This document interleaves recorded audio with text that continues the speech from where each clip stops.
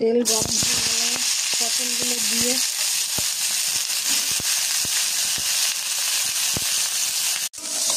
লঙ্কা লবণ দিয়ে একটু হালকা ভেজে নিলাম।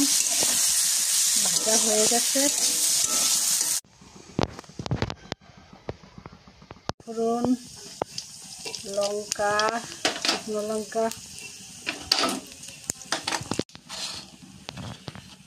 রসুন কুচি, পেঁয়াজ কুচি, গুঁড়ো, জিরে গুঁড়ো, পেস্ট করা পটলটা দিয়ে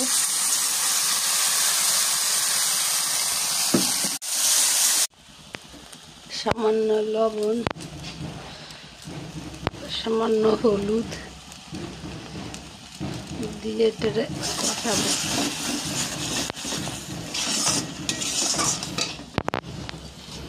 ভেজে রাখা চিংড়ি মাছ একটু ধনে পাতা দিয়ে নামিয়ে দেবো। গরম গরম ভাতের সঙ্গে